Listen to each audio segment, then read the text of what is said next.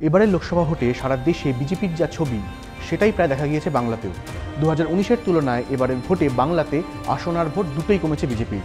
তার মধ্যেও যে কটা আসনে পদ্ম ফুটেছে তার অন্যতম বনগাঁ।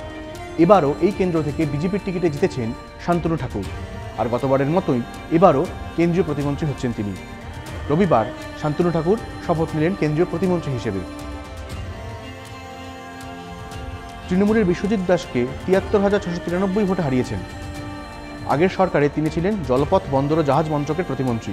এবার শপথ গ্রহণের আগে কি বলেছিলেন? সম্পূর্ণটাই ডিপেন্ড করে মাননীয় প্রধানমন্ত্রীজি এবং ভারতীয় জনতা পার্টির আমাদের বরিষ্ঠ লিডারদের উপরে। আমি মন্ত্রিত্ব পাবার এক্সপেকটেশনে আমি রাজনীতি করতে আসিনি, আমি কাজ করতে এসেছি। গত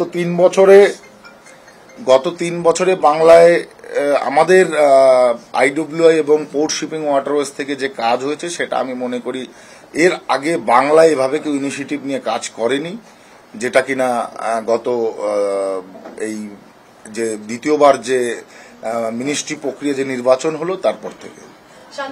আপনার মন্ত্রী হওয়া আপনার এলাকার মতুয়াদের কাছে কার্যত স্বপ্ন পূরণ হয়েছে, সিএএ হয়েছে। এবার আপনার দ্বিতীয় দফার মন্ত্রিসভায় লক্ষ্য কি থাকবে আপনার এলাকায়? দেখুন, মেইনলি যারা মতুয়া এবং রিফিউজি মানুষ তারা ওপার বাংলা থেকে সর্বস্ব ফেলে এপারে এসছে।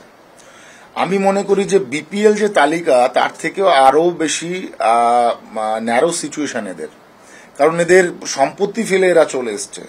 তো অবভিয়াসলি স্টেট গভর্নমেন্ট, সেন্ট্রাল গভর্নমেন্টকে এদেরকে লুক আফটারিং করতে হবে, কারণ বিলো ক্যাটাগরি লেভেল একটা তার একটা মার্জিন বা রেখা আছে, তার থেকেও এদের খারাপ অবস্থা। অবভিয়াসলি এদের সব গভর্নমেন্টের হেল্প করা উচিত। তো সেই প্রক্রিয়ার জন্য আমি অবশ্যই সকলকে আমি এই বিষয় নিয়ে আলোচনা করব সকলের সঙ্গে, যাতে তাদের একটু আপলিফমেন্ট করা যায়, তাদের প্রতি একটু চিন্তা ভাবনা করা যায়। এটা আমাদের আমার কোনো কিছুই পছন্দের না। যে দায়িত্ব পাবো সেই দায়িত্বই সামলাবো।